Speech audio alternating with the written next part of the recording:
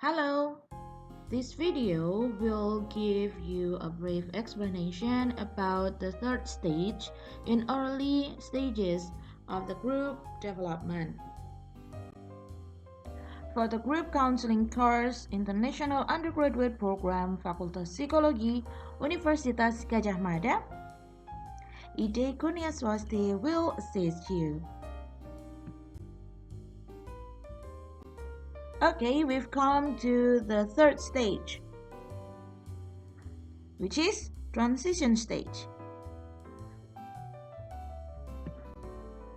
Before groups progress to a level of deeper work, which we refer as the working stage, they typically experience a transitional phase.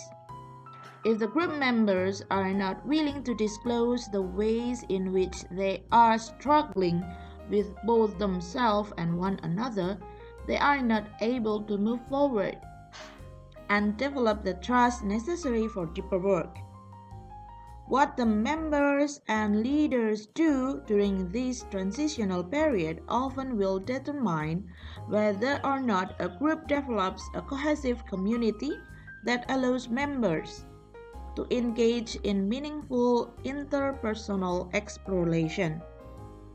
A group's ability to move forward is dependent on the ability and willingness of both members and leaders to work with whatever emerges in the here and now.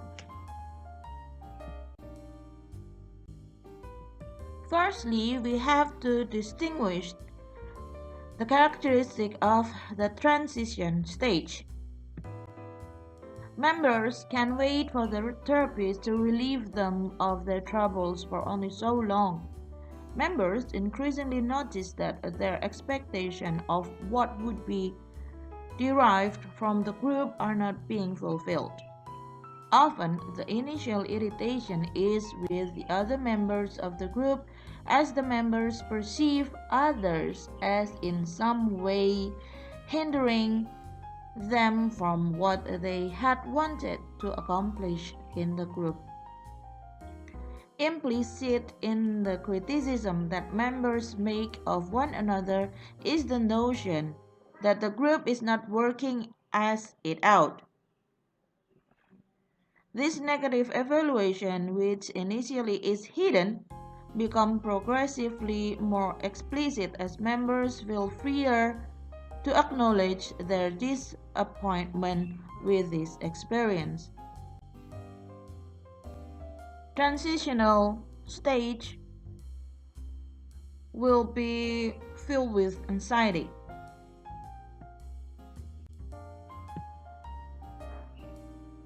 It is particularly challenging for group leaders, and it is also a difficult time for members as well. During this phase, groups are often characterized by anxiety, defensiveness, guardedness, ambivalence, resistance, a range of control issues, and also intermember conflicts. There may be challenges to the leader, and various patterns of problematic behavior may occur. These difficulties are a normal part of the unfolding process of a group, and remaining curious about members' defensive behavior will serve the leader better than reacting critically. Participants or members may articulate their anxieties in the form of statements or questions as written in the slides. The second characteristic of transition stage relates to conflict. To avoid entrenching what appears to be uncooperative behavior, it can be useful to shift your attitude and acknowledge that certain behaviors may be the result of members' fear, confusion, and cautiousness. For instance, if you can understand a reluctant member's behavior as symptomatic of being scared, or another member's silence as indicative of his lack of knowledge regarding how to best participate in a group, you will have a more positive attitude toward these behaviors. By changing the label resistant to more descriptive and non judgmental terminology, it is likely that you will change your attitude toward members who represent a challenge for you. So, I would like to state here that the way conflict is recognized, accepted, and worked with has critical effect on the progress of the group. If it is dealt with openly and with concern, the members discover that their relationships are strong enough to withstand an honest level of challenge. Some of the most productive work in the life of a group takes place during this time of transition.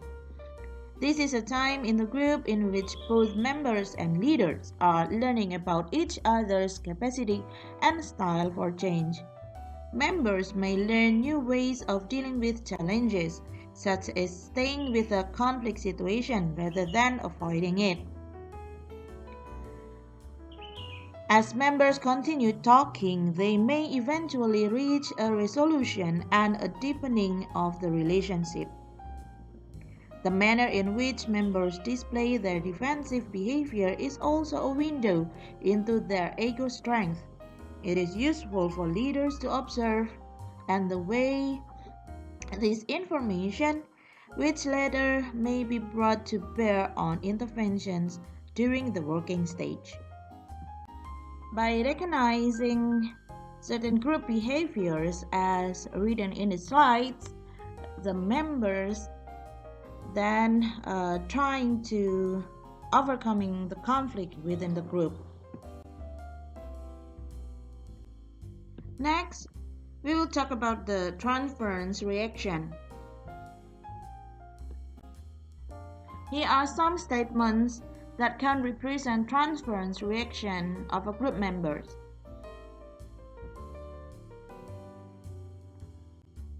Even though establishing trust is a central task of the initial stage in the evolution of a group, members may still be wondering if the group is a safe place for them during this transition stage. Considerable hesitation and observing both the other members and the leader are common. As a climate of trust is gradually created, members can express their reactions without fear of censure or of being judged. Often, one member's willingness to take the risk to disclose a concern or fear will lead others to do the same.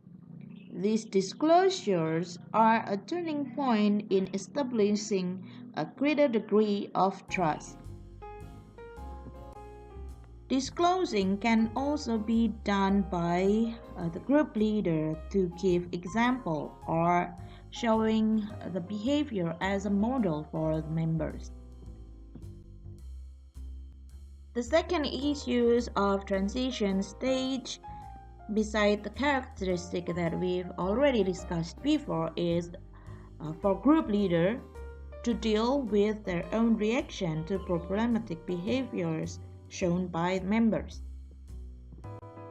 In assisting a group to meet the task of the transition stage, you need to have a clear understanding of the characteristics and dynamics of group during this phase of development. Be particularly mindful of your own reaction, especially the tendency to assume total responsibility for whatever is happening in the group, or of putting full responsibility on the members. Here it is, the summary of the transition stage. This stage mainly characterized with anxiety. Participants or members are often torn between wanting to be safe and wanting to risk. It makes sense for members to proceed with caution. Members will not begin intensive work unless there is a climate of safety. Both the leader and members must understand the meaning of defensive or cautious behavior that's shown in the process. It is essential that leaders be respectful and patient of members' processes and defenses. Members may experience a variety of feelings and may once again question their involvement with the group process and test it in some of these ways.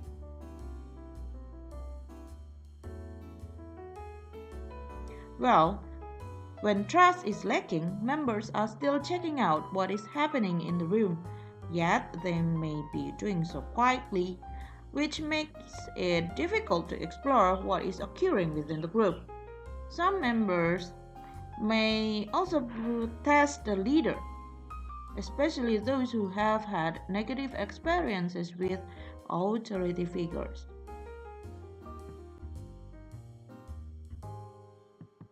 Okay, we'll continue to sum the member functions and the possible problems that may arise. Since we know that resistance and the reluctance is a natural part of the therapeutic process and can lead to productive exploration as well in the group, yeah, it needs to be acknowledged, talked about, and also understood. I agree that members may fear exposing their pain, sounding tried, being overcome by intense emotion, being misunderstood, being rejected, or not knowing what is expected. But then we need to overcome the issues by understanding common fears and anxieties manifested during the transition stage. It might be helpful not only for the members but also the leader. It can be useful to share some of the common fears and concerns with group members in an effort to normalize what they may be feeling and to help establish a safe environment in which they can express their own fears with the group. These are the reflective tasks for the members.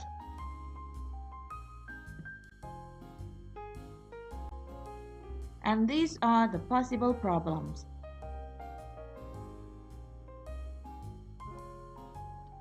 As Mackenzie notes, what is especially helpful to members is for the therapist or group leader merely to stay calm throughout the stage. This posture conveys the message that the issues that members are raising are important, legitimate ones, and that nothing bad happens of their exploration and expression. Okay, we'll continue to the leader functions. Our central leadership task at the transition stage is to encourage members to say aloud what they are thinking and feeling about what is happening within the group. It may be helpful to encourage members to make the process during this critical period explicit by putting words to what they are seeing and concluding. Other members may make judgmental statements which have the effect of inhibiting open participation. We find over and over that many of the problems arising in a group are not due to the feelings and thoughts people do express, but to those reactions they do not express. Therefore, I often provide prompts asking members to complete sentences like this. One thing I'm afraid to say in this group is blah blah blah. If you really knew me, you would blah blah blah. Or I also use a sentence. It is difficult for me to trust people because blah blah blah. The members may complete these sentences based on their own experience, and cognitive processes within their head.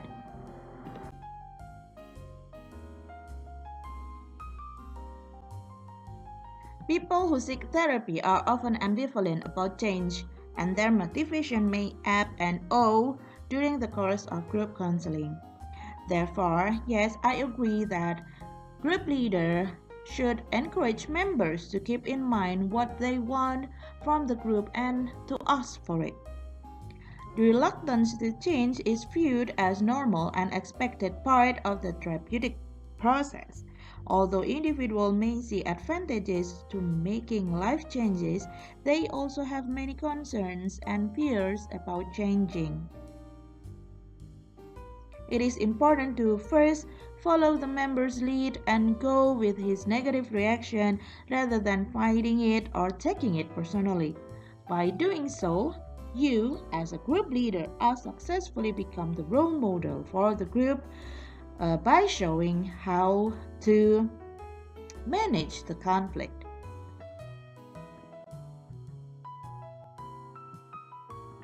Clients' reluctance to express themselves sometimes represents a coping strategy that at one time served an adaptive function but that no longer serves a useful purpose. That's why leaders can assist members in reframing their resistance. If you are able to understand their hesitation, members may come to realize and appreciate that a particular coping strategy was the best possible response to a difficult situation earlier in life, but that is no longer effective now. Active intervention and structuring are important because generally the participants have not yet learned to work effectively on their own.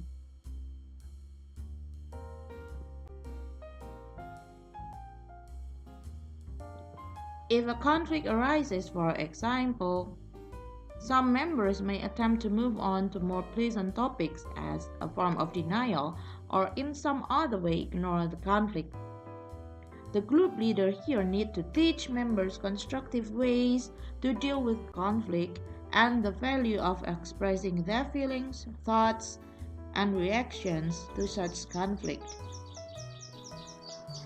And the other key task of leadership here is to appraise accurately whether the source of difficulty is the member's fears or ineffective leadership. You can do that by using the approach of motivational interviewing. Motivational interviewing is often used to reframe resistance as a healthy response and emphasizes reflective reasoning. Reflective listening, which is a way of practitioners to be better understand the subjective roles of the members. And the goal of this motivational interviewing is to increase internal motivation to change based on the values of the clients or the members. The last part is to continue to monitor your own reactions to members who display problematic behavior. Explore your potential counter-transference through supervision or personal therapy for yourself, or maybe conducting reflective session by questioning yourself some of questions shown in the slides.